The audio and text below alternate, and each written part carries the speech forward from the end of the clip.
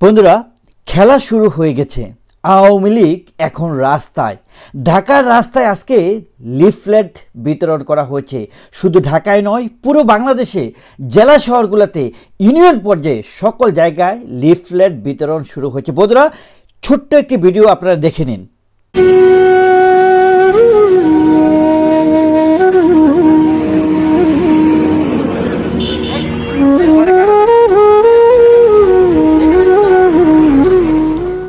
বন্ধুরা, খুব সংক্ষেপে আপনাদেরকে দেখালাম যে বাংলাদেশের আজকে জেলা শহরগুলো থেকে শুরু করে ঢাকার রাস্তায় যেখানে অন্তর্বর্তীকালীন সরকার এবং সমন্বয়কারী রূপী জঙ্গিরা প্রকাশ্যে বলছে, সার্জিস হাসনাতরা প্রকাশ্যে বলছে যে ছাত্রলীগ আওয়ামী লীগ যেখানেই যাকে পাবেন তাদেরকে পুলিশে দিন। এবং বাংলাদেশে আজকে এরকম ঘটনা অনেক জায়গায় ঘটেছে যে ছাত্রলীগের নেতাকর্মীরা যখন লিফলেট দিচ্ছিল তাদেরকে ধরে নিয়ে পুলিশে দেওয়া হয়েছে, তাদেরকে পিটানো হয়েছে, কিন্তু তারপরেও আমরা কাউকে থামতে দেখিনি।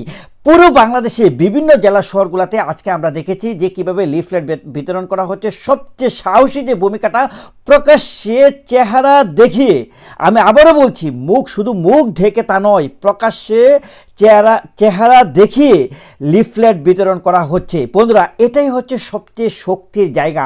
আওয়ামী লীগকে কখনোই কোনো দল কেউ আসলে আন্দোলন থেকে পিছু হটাতে পারেনি। আজকে আমরা বলতে চাই, আওয়ামী লীগ যেভাবে, আজকে ছাত্রলীগ যেভাবে এবং পুরো বাংলাদেশে যেভাবে আসলে প্রচারণা শুরু করেছে, আপনারা জানেন যে ফেব্রুয়ারির 1 তারিখ থেকে 5 তারিখ পর্যন্ত হচ্ছে লিফলেট বিতরণ করা হবে। আসন্ন যে অবরোধ কর্মসূচি এবং হরতালের যে কর্মসূচি, 18 তারিখের হরতালের কর্মসূচি, সেটাকে কেন্দ্র করেই কিন্তু এত আয়োজন, এত প্রচারণা।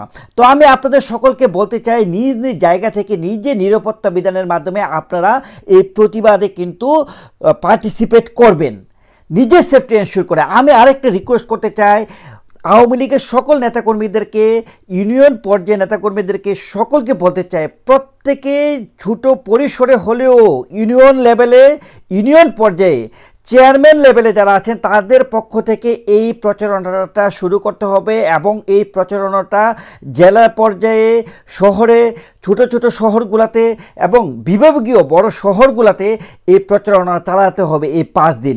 প্রথম দিন আমি বলবো যে প্রশংসার দাবিদার, এত বৈরী পরিবেশের পরেও, ছাত্র শিবির জঙ্গি, হিজবুত তাহরীর জঙ্গিদের বাধার পরেও যেভাবে ছাত্রলীগ আওয়ামী লীগের কর্মীরা মাঠে নেমেছে, সকলকে আমি ধন্যবাদ জানাতে চাই। আমাদের বিজয় সুনিশ্চিত, কেউ ঠেকাতে পারবে না।